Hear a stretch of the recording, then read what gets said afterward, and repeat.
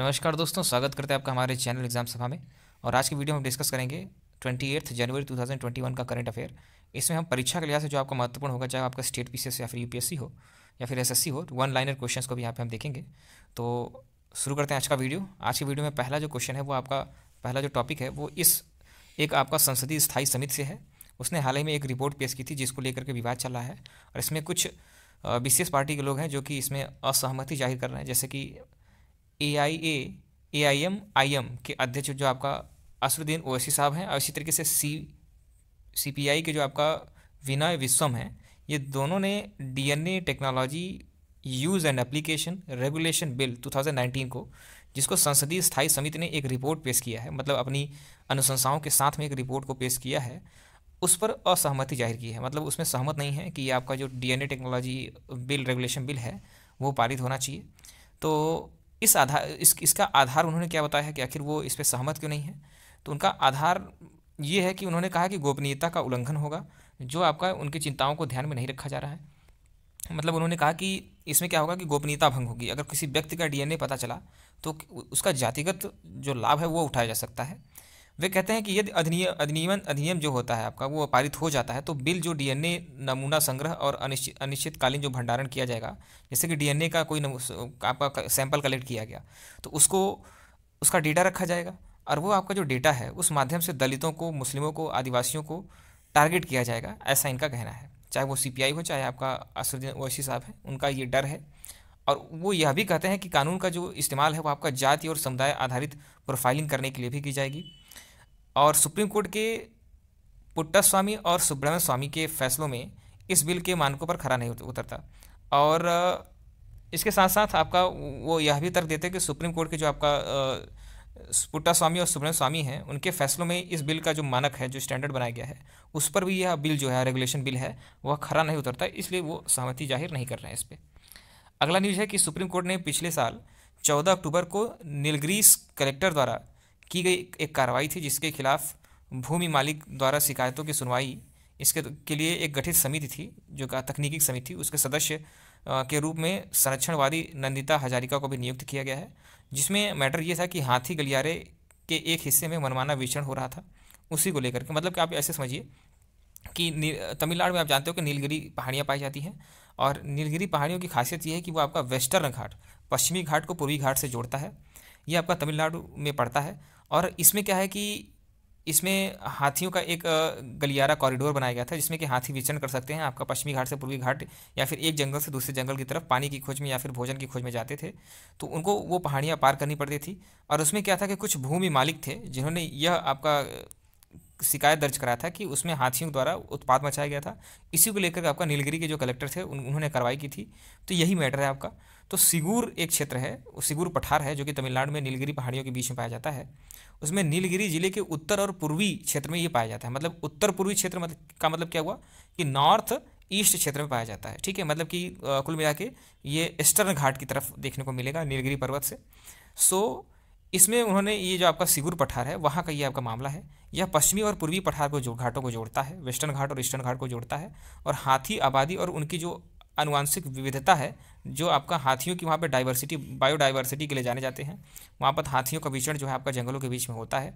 सो इसके दक्षिण पश्चिम की ओर नीलगिरी की जो पहाड़ियाँ हैं, इनमें उत्तर पूर्वी हिस्से में मोयार नदी घाटी है, जहाँ हाथी भोजन के लिए और पानी पीने की तलाश में पठार को पार करते हैं। तो ये आपका जो सिगूर का पठार है उसको हाथी पार करके दूसरे क्षेत्र में जाते हैं, मोयार नदी घाटी में। और इन्हीं क्षेत्रों के बीच में जो आपका जो भूमि है, जो भूमि के मालिक हैं, उन्होंने शिकायत दर्ज कराई कि हाथी जब आपका उस रास्ते से गुजरते हैं तो कई बार उनकी फसल नष्ट कर देते हैं, या फिर उनके आप जानते हो कि मृदा अपरदन नाम की भी कोई चीज़ होती है। तो इस तरीके से उन्होंने शिकायत की थी, तो कलेक्टर ने कार्रवाई की थी, उसी पर अब वो सुप्रीम कोर्ट गए थे। तो ये आपका पूरा मामला रहा है। नेक्स्ट आपका न्यूज़ है कि हाल ही में महाराष्ट्र के जो चीफ मिनिस्टर हैं set the disputed border area between the Maharashtra and Karnataka. आप जानते हो कि एक 2-3 ऐसे एरिया हैं, क्षेत्र हैं, जो कि जिसमें कि डिस्प्यूट है कि ये आपका महाराष्ट्र टेरिटरी के अंदर होना चाहिए था। मतलब कि प्रदेशों के बीच में ही आपका यहाँ पे डिस्प्यूट है कि ये पर्टिकुलर क्षेत्र जो है आपका महाराष्ट्र के बीच में, महाराष्ट्र में होना चाहिए, और कर्नाटक उस पर अपना खुद का दावा करता है। तो इसमें कहा गया है कि should be made a union territory. मतलब यहाँ पे चीफ मिनिस्टर महाराष्ट्र के क्या कह रहे हैं कि उसको यूनियन टेरिटरी बना देना चाहिए, जब तक कि ये मैटर सुप्रीम कोर्ट में चल रहा है। मतलब चीफ मिनिस्टर महाराष्ट्र जो उद्धव ठाकरे जी हैं, उनका इस डिस्प्यूट में कहना ये है कि जो जितनी भी विवादित जमीन महाराष्ट्र और कर्नाटक की सीमा में पाई जाती है, उन सभी को तब तक के लिए यूनियन टेरिटरी बना देनी चाहिए जब तक कि सुप्रीम कोर्ट का अंतिम हियरिंग या फैसला नहीं आ जाता है। This sparked of the strong reaction in the Karnataka, और इसका जो कर्नाटका ने एक कड़ा प्रतिक्रिया जाहिर किया है।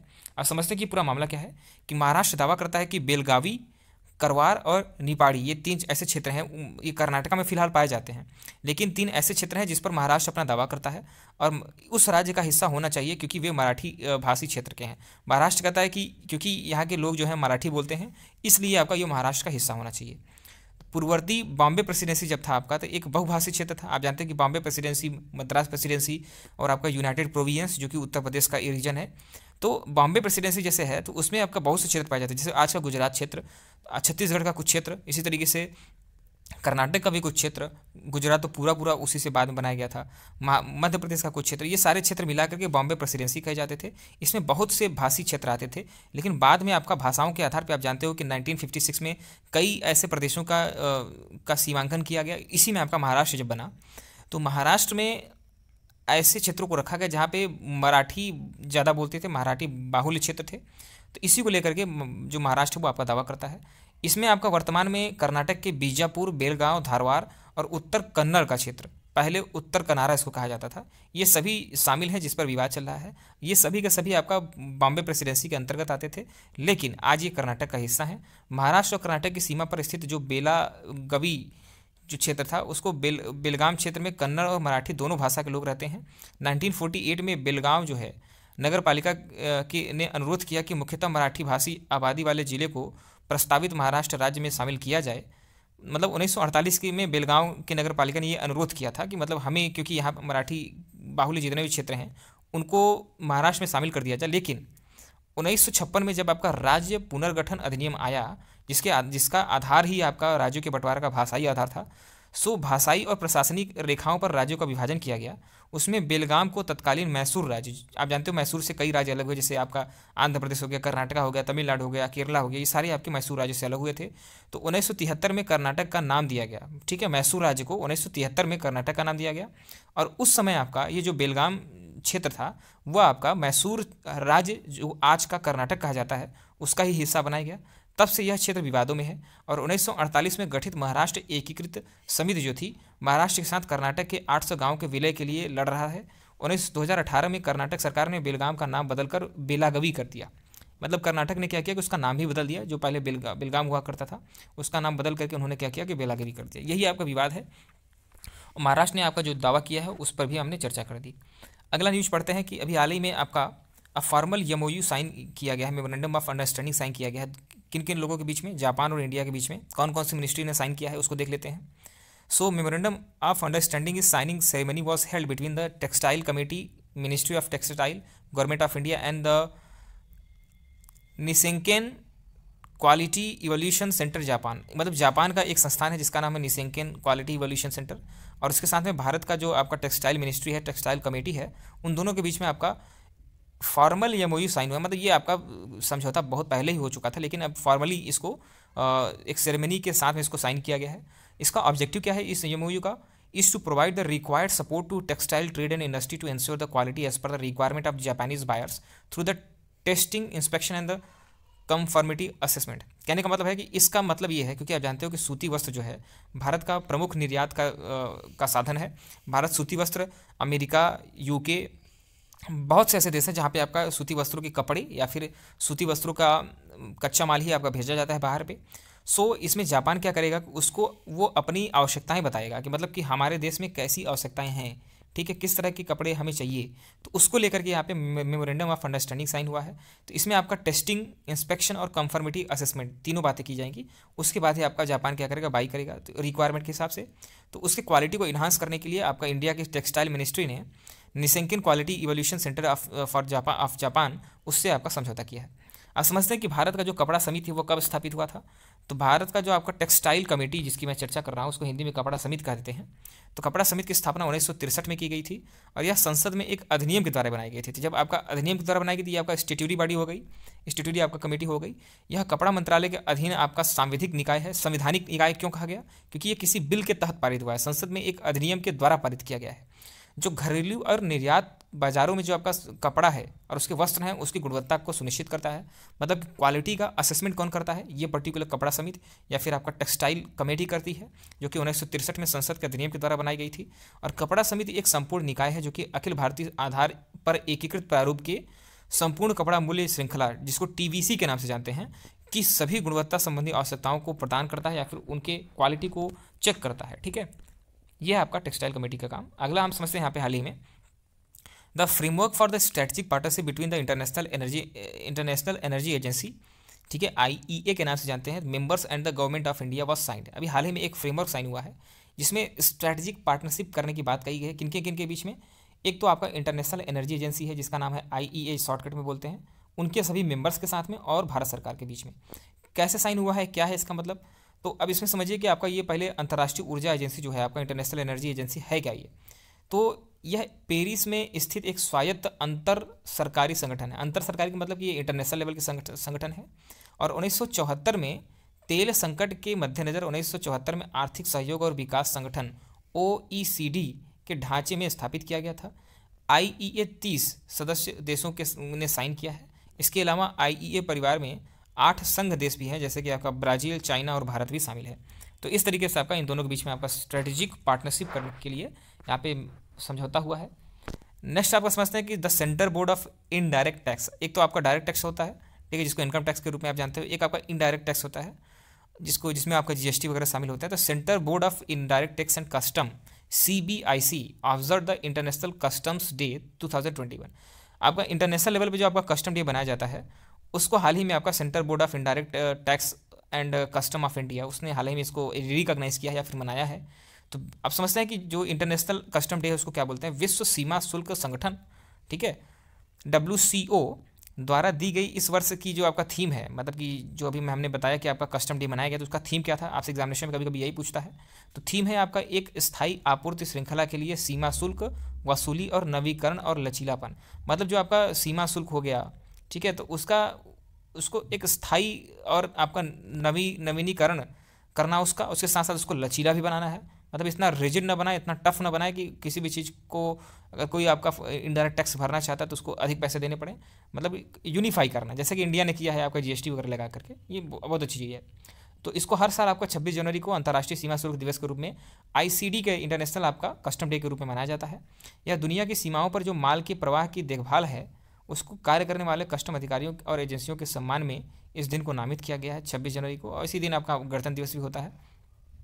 It was on the January 26, 1953, आपका 26 जनवरी 1953 से मनाया जा रहा है, that the customs cooperation council जब बनाए has held its inaugural session of the in the Brussels which was attended by the representatives from the 17 European countries. मतलब सबसे पहले इसको 1953 26 जनवरी को इसको स्वीकार किया गया था। और इसकी एक कमेटी थी CCC, मतलब कस्टम कॉपरेशन काउंसिल। और इसने क्या किया था कि एक सेशन ब्रुसेल में किया था जिसमें कि 17 यूरोपियन देश जो है यहाँ पर रिप्रेजेंटेटिव थे। अब समझते हैं कि जो CCC है उसने इंटरनेशनल कस्टम डे जो है वो क्रिएट किया था 1983 में, सबसे पहली बार मतलब 1983 में क्रिएट किया गया। और in 1994 CCC was renamed as world custom organisation, और 1994 में इसका नाम चेंज करके वर्ल्ड कस्टम ऑर्गेनाइजेशन WCO रख दिया गया।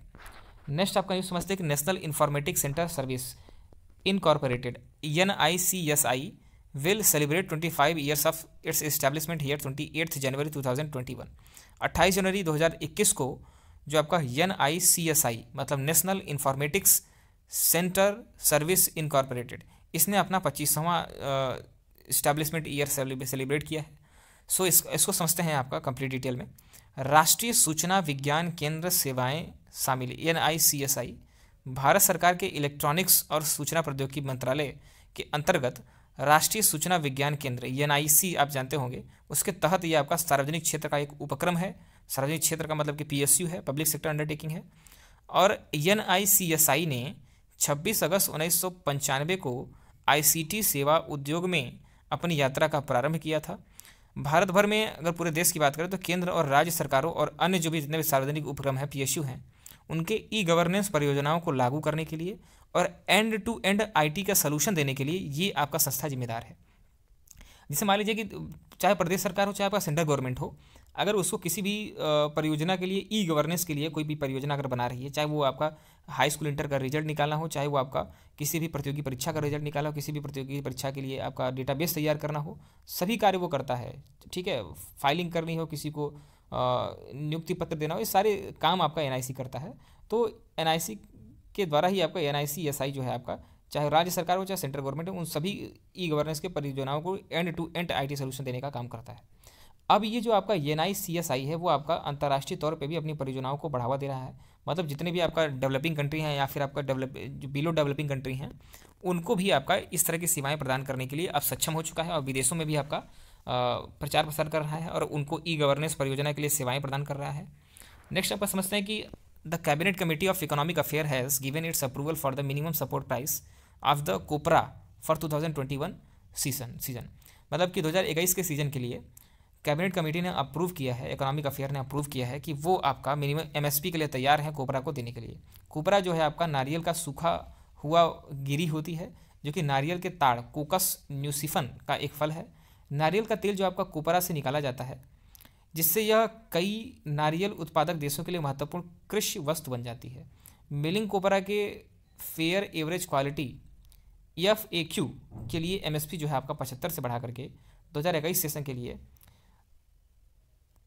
103.35, मतलब इसको ये जो 10,000 आपको दिख रहा होगा तो वो 10,000 नहीं है, ये आपका है 103.35 प्रति क्विंटल है।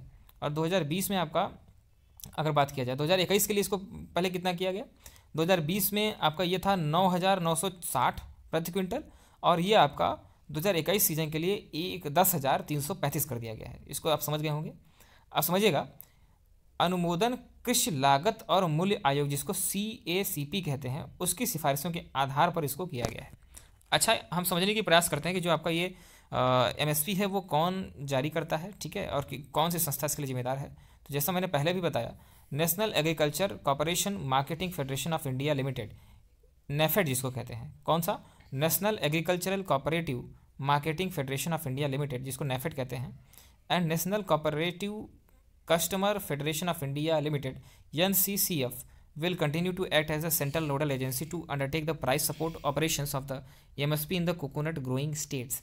तो ये आपका जो नेफेड है और NCCF है, ये दोनों आपका सेंट्रल नोडल एजेंसी हैं आपका MSP डिक्लेयर करने के लिए, और उन्होंने स्टेट में आपका जो आपका कोकोनट ग्रो करता है उसके लिए भी MSP हाल ही में डिक्लेयर किया है। नेक्स्ट आपका समझते हैं कि हाल ही में प्रधानमंत्री नरेंद्र मोदी जी ने एड्रेस किया है वर्ल्ड इकोनॉमिक फोरम को, जो कि आपका दावोस में डायलॉग के नाम से यहाँ पे 2021 में 28 जनवरी को वीडियो कॉन्फ्रेंसिंग के द्वारा इसको संपन्न किया गया। तो हाल ही में नरेंद्र मोदी जी ने उसको एड्रेस किया है वर्ल्ड इकोनॉमिक फोरम को, WEF को। अब समझते हैं कि वर्ल्ड इकोनॉमिक फोरम है क्या। तो world economic forum WEF based in Cologny Geneva Switzerland, ये आपका ये जेनेवा स्विट्जरलैंड में आपका स्थापित है, उसका हेडक्वार्टर कह सकते हैं। ये आपका NGO के रूप में स्थापित किया गया था 1971 में, आपका पहले नॉन गवर्नमेंटल ऑर्गेनाइजेशन था। सो अभी भी आपका is and the NGO founded in the 1970, ये आपका NGO ही के रूप में ही काम करता है। लेकिन हाँ ये है कि बहुत से जो आपका गवर्नमेंट है इस पे काम करते हैं और इनके अनुशंसाओं को मानने का प्रयास करते हैं। सो एनुअल मीटिंग इसकी at the end of the January in Davos में की गई। Mountain resort in the Graubünden in the eastern Alps, या फिर आल्प्स इसको कहते हैं, region of the Switzerland. Switzerland का एक पहाड़ी शहर है जिसका नाम है ग्राबल्डेन, ठीक है, जो कि एक पहाड़ी क्षेत्र है दावोस, ठीक है, वहाँ पे स्विट्जरलैंड के अंतर्गत ये इस साल 2021 का वीडियो कॉन्फ्रेंसिंग के माध्यम से इसको आयोजित किया गया। अब यहाँ पे अगला जो न्यूज़ है बहुत ही इंपॉर्टेंट है। अभी आपने हाल ही में सुना होगा कि GDP कॉन्ट्रैक्ट कर रही है, श्रिंक कर रही है। तो भारत की GDP को कॉन्ट्रैक्शन अलग अलग जितनी भी विदेशी संस्थाएं हैं उन्होंने कम ज़्यादा, कुछ बहुत ज़्यादा, कुछ बहुत कम दिखा रही हैं। तो हम समझते हैं कि अब तक जितनी भी एजेंसी मुख्य तौर पे जानी जाती हैं उन्होंने भारत के ग्रोथ को 2020-21 के लिए, 2021-22 के लिए कैसे प्रेडिक्ट किया है, क्या अनुमान लगाया है, उसको परसेंटेज में समझेंगे। तो सबसे पहले मैं ये बता दूं कि हाल ही में IMF ने अपनी नवीनतम वर्ल्ड इकोनॉमिक आउटलुक रिपोर्ट में यह अनुमान लगाया है कि वित्तीय वर्ष फाइनेंशियल ईयर 2021-22 में भारत का जो सकल घरेलू उत्पाद, जिसको हम ग्रॉस डोमेस्टिक प्रोडक्ट कहते हैं, जिसको GDP के नाम से जानते हैं, उसके तहत उन्होंने 11.5% की बढ़ोतरी का अनुमान लगाया है। तो हम केवल IMF की बात करके नहीं छोड़ेंगे, हम 5 ऐसी एजेंसियों के नाम करते हैं जो कि इंटरनेशनल लेवल पे उनकी मान्यता, उनके डेटा जो है उसको एक वरीयता प्राप्त है, एक मान्यता प्राप्त है। तो हम एजेंसी का नाम देखेंगे 2020 में 21 के लिए उन्होंने क्या कहा, 2021-22 के लिए क्या किया उसको भी समझेंगे। तो आईएमएफ ने 2020-21 में 8% का कॉन्ट्रैक्शन दिखाया है, लेकिन 11.5% का बढ़ोतरी दिखाया है 21-22 में। फिच FITCH है वो आपका 9.4% का कॉन्ट्रैक्शन दिखाता है 2020-21 के लिए, 11% का ग्रोथ दिखाता है 2021-22 के लिए। OECD -9.9% का कॉन्ट्रैक्शन दिखाता है 2020-21 के लिए, 8% का ग्रोथ दिखाता है 2021-22 के लिए।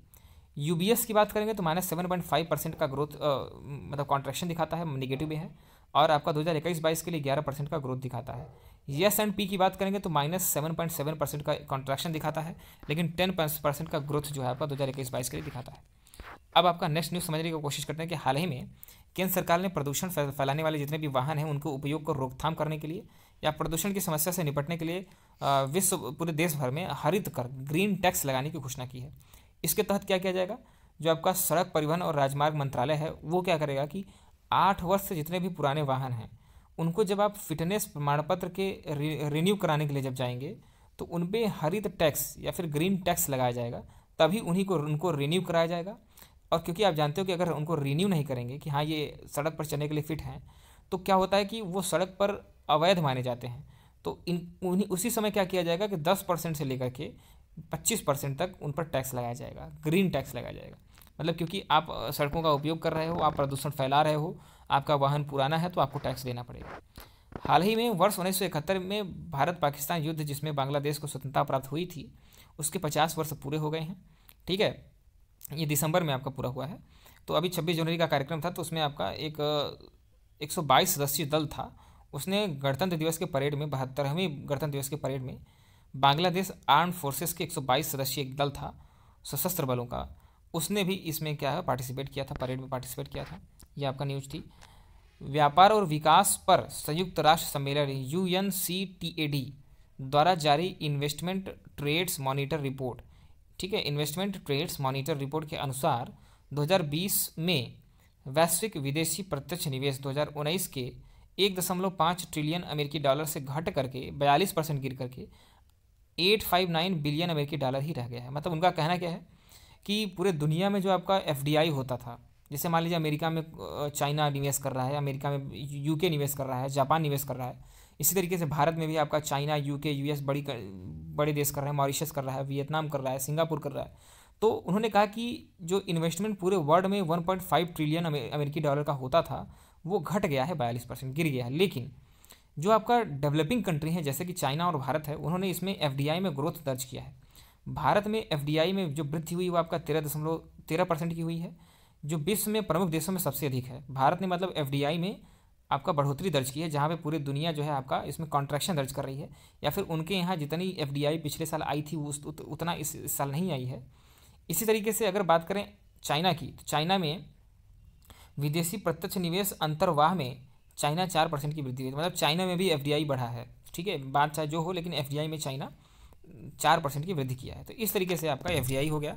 अब ये समझते कि इसको रिपोर्ट को किसने बताया है, तो आप समझिएगा व्यापार और विकास संयुक्त राष्ट्र सम्मेलन UNCTAD उसने आपका ये रिपोर्ट जारी किया है, जिसका नाम है, रिपोर्ट का क्या नाम है, इन्वेस्टमेंट ट्रेंड्स मॉनिटर रिपोर्ट। इस तरीके से आज का न्यूज़ हम यही समाप्त करते हैं। इसी तरह के वीडियोस देखने के लिए हमारे चैनल को आप सब्सक्राइब कर सकते हैं। धन्यवाद।